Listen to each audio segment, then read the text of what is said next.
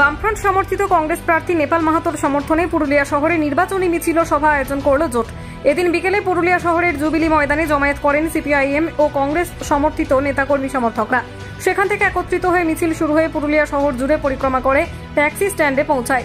সেখানে একটি নির্বাচনী সভার আয়োজন করে জোট। সভায় বক্তব্য রাখেন জোটের প্রার্থী নেপাল মাহাতো থেকে শুরু করে অন্যান্য নেতাকর্মীরা।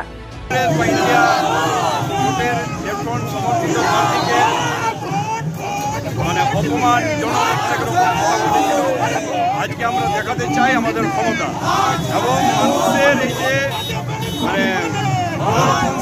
ছাড়াই যে সমর্থন, এই সমর্থনটা আজকে আমরা সাধারণ মানুষের উৎসাহ এবং সমর্থনে আমরা সেটা দেখতে পাই।